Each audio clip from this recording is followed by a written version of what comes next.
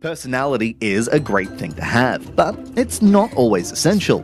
Volkswagen cars fill our roads not because they're the most fun to drive or the most alluringly designed. Far from it, but because they're generally very well built. Coldplay has been a chart success not because its music is interesting or exciting, but because... Actually, I'm not sure where I'm going with that example.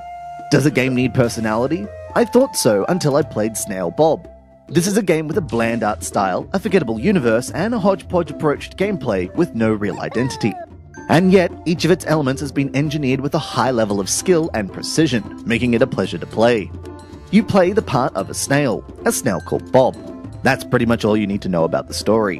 What's important is that you guide Bob through each level by interacting with a wide variety of objects, gadgets, and creatures in time-honored Rube Goldberg fashion.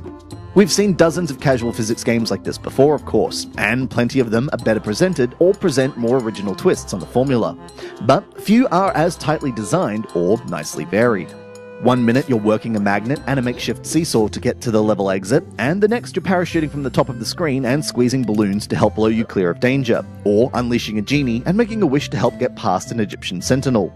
The learning curve is perfectly pitched, with puzzles growing increasingly elaborate throughout its 3 worlds. Crucially, they never grow hair-tearingly obtuse.